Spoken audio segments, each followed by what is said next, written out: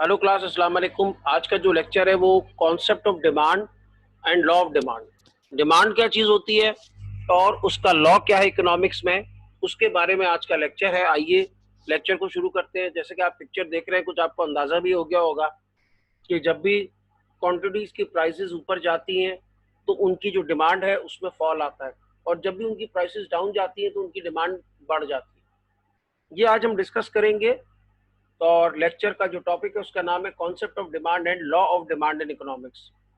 Scheme of lecture, सबसे पहले हम डिमांड को डिस्कस करेंगे, डिमांड क्या होती है, फिर लॉ ऑफ डिमांड को डिस्कस करेंगे, फिर कर्व को डिस्कस करेंगे और समराइज करूंगा एट द एंड लेक्चर और आपको असाइनमेंट दूंगा। What is demand? डिमांड क्या होती है? Demand is an economic principle that describes a consumer desire and willingness to pay a price for a specific good और सर्विस। डिमांड जो है वो एक इकोनॉमिक प्रिंसिपल है जो ये बताता है हमें कि कंज्यूमर जो है वो उसकी क्या मंशा है, क्या डिजायर है, ख्वाहिश है, उसकी डिजायर है, उसकी विलिंगनेस के बारे में बताता है, वो कितना विलिंग है, तैयार है कि वो एक स्पेसिफिक अमाउंट ऑफ प्राइस पे करे एक खास गुड या सर्विस के लिए। गुड मींस कोई प्रोडक्ट है, मिसाल के तौर पे शू है, मिसाल के तौर पे कोई दवा है, उसके लिए वो कितनी प्राइस पे करने को तैयार है। मिसाल के तौर पे कोई सब्जी है, सही, और टूथपेस्ट है, ये गुड्स में आ जाती है। सर्विसेज मींस कि वो आपने टेलीनॉर से नेटवर्क की सर्विस ली हुई है, इंटरनेट सर्विस ली हुई है, तो वो कितनी कस्टमर जो है पे करना चाहता है अमाउंट, और उस प्रोडक्ट को, उस गुड को, उस सर्विस को एक्वायर करना चाहता है अपने यूज के लिए, उसको यूटिलाइजेशन के लिए। ये कहलाती है डिमांड। कस्टमर, कंज्यूमर की जो विल होती है, कंज्यूमर की जो चाह होती है, कंज्यूमर की जो अंदर ख्वाहिश होती है कि वो उस प्रोडक्ट को यूज करे, या उसको नीड होती है उसको यूज करने की। An increase in price will decrease the quantity demanded of most goods. ज्यादातर गुड्स के साथ यही होता है जनरली कि अगर उनकी प्राइस बढ़ती है तो उनकी जो क्वांटिटी डिमांडेड होती है वो डिक्रीज कर जाती है। आपने देखा ओवरलोडिंग हुई होती है पिकअप्स पे, तो वो क्या करते हैं कि जी हम अपना एक चक्कर बचा लें, हम क्या करें जी पेट्रोल बच जाएगा, हम क्या करें जी ज्यादा इसके ऊपर गुड्स जो हैं वो एक ही जो है वो गाड़ी के ऊपर जो है वो लाद दें, लोड कर दें। उससे एक्सीडेंट्स भी होते हैं। लेकिन अब वो कर क्या रहा है बेसिकली, क्योंकि पेट्रोल प्राइसेस बढ़ रही थी एक जमाने में, तो वो फिर उसको कंपनसेट करने के लिए वो क्या कर रहा है कि जी वो, क्योंकि जाहिर है कि पेट्रोल प्राइसेस ज्यादा हैं, तो वो फिर उसके लिए अल्टरनेटिव वे निकाल रहा है कि जी वो उसको कम चक्कर लगाना पड़े डिलीवरी करने के लिए गुड्स की, तो वो क्या कर रहा है जी उसमें ज्यादा ओवरलोडिंग कर रहा है। सही। तो ये कुछ तरीके लोग यूज कर रहे होते हैं, और वो उसके, अब होता क्या है जब भी गुड की प्राइस बढ़ती है उसकी डिमांड कम हो जाती है, लोग अल्टरनेट गुड्स पे चले जाते हैं। टमाटर महंगे हो गया, लोग टमाटर खरीदना छोड़ दिया लोग, और उस अल्टरनेटिव दूसरी सब्जियां इस्तेमाल कर रहे थे जिन चीजों के लिए वो टमाटर इस्तेमाल करते। तो ये एक कॉन्सेप्ट है। डिमांड जो होती है वो लिंक होती है प्राइस ऑफ द प्रोडक्ट से, और जब भी प्राइस ऑफ द प्रोडक्ट बढ़ती है तो डिमांड कम हो जाती है। A decrease in price will increase the quantity demanded for more goods.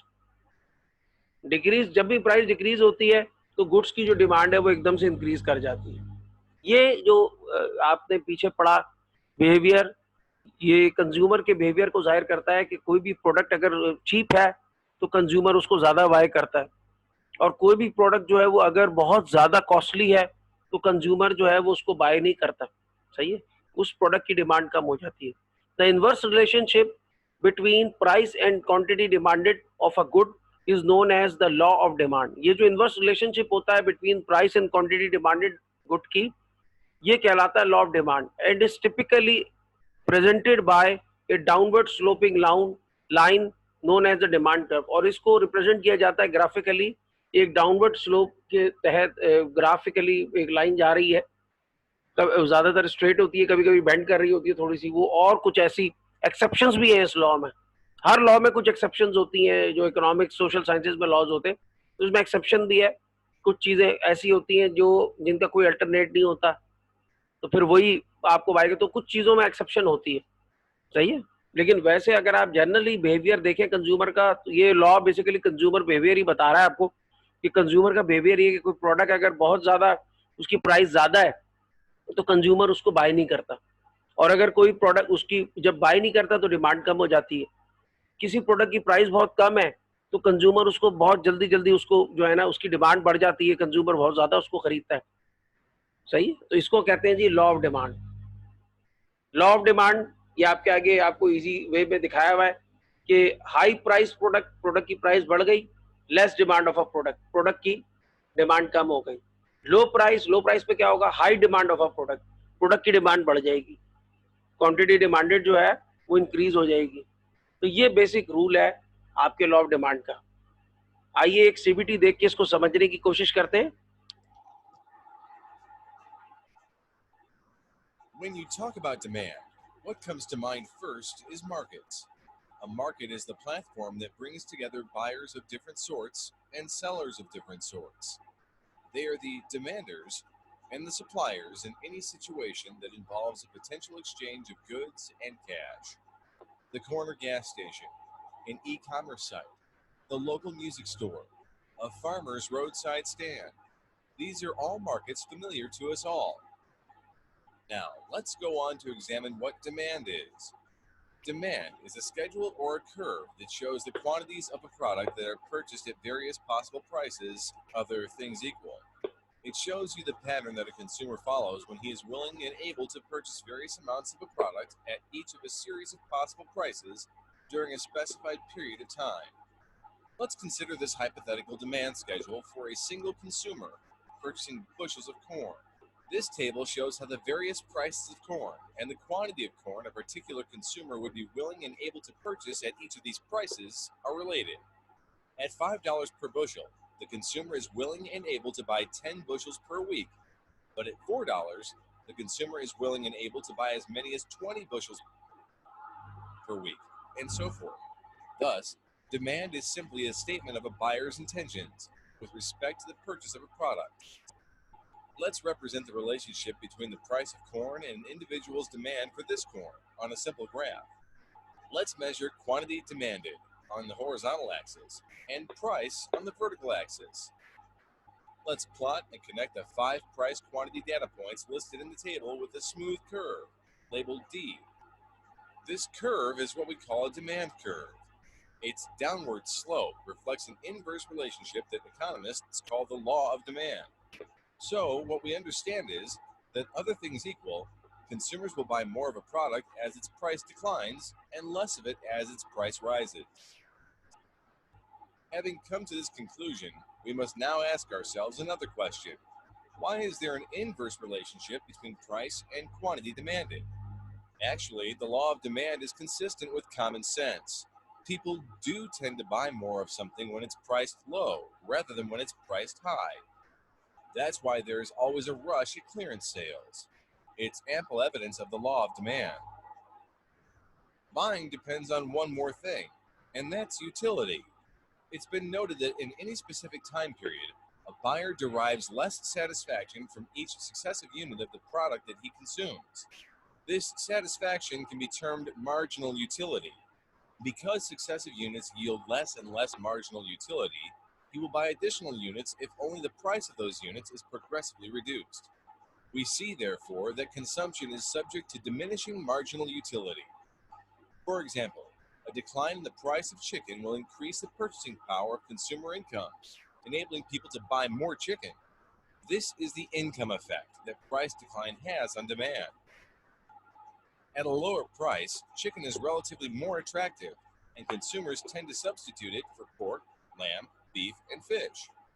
This is the substitution effect that price decline has on demand. Income and substitution effects combine to make consumers able and willing to buy more of a product at a low price than at a high price. It thus becomes clear how price and quantity demanded are inversely related.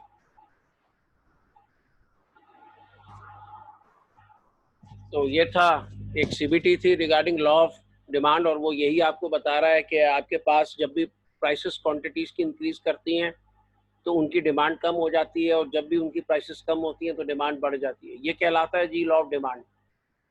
और ये भी बताने की कोशिश की गई कि sales आपके आगे लगी होती है, और क्लियरेंस सेल जो होती है कि जी हम अपनी पुरानी सारी प्रोडक्ट निकाल रहे हैं, बड़े बड़े स्टोर्स लगाते हैं, तो वहाँ पर रश बहुत ज़्यादा होता है।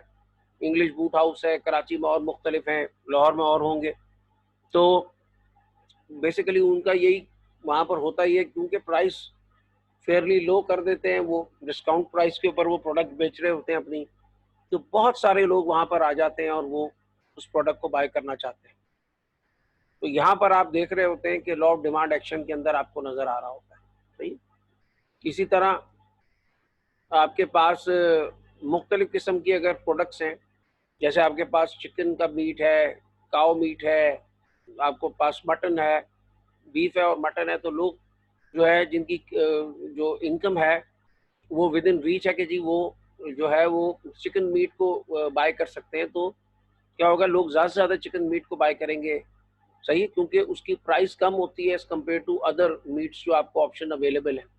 इसको सब्स्टिट्यूशन इफेक्ट कहते हैं। कोई अगर ऐसी प्रोडक्ट है जो दूसरी प्रोडक्ट्स को सब्स्टिट्यूट कर सकती है, जैसे चिकन है जो मटन और बीफ को सब्स्टिट्यूट करते, तो लोग फिर उसकी तरफ जाते हैं, सही है ना। जो हायर सैलरी वाले लोग हैं वो भी कहते हैं जी चिकन बाय कर लो, लोअर वाले कहते हैं कि जी हम सब्जी की जगह चिकन बाय कर लेते हैं क्योंकि वो चीप है। तो वो सब्स्टिट्यूट कर रही है ना, एक चीज़ की ज़रूरत को चेंज कर रही है, उसकी जगह एक रिप्लेसमेंट दे रही है, सेकंड चीज़ दे रही है, तो वो फिर लोग उसकी तरफ चले जाते हैं, उसको बाय करना शुरू कर देते हैं। तो ये सब्स्टिट्यूशन इफेक्ट कहलाता है आपके लॉ ऑफ डिमांड में, सही है ना। आगे चलते हैं, ये आपके आगे पहले भी शो किया, ये डिमांड कर्व है। ये इनवर्स रिलेशनशिप शो करता है between price and the quantity demanded.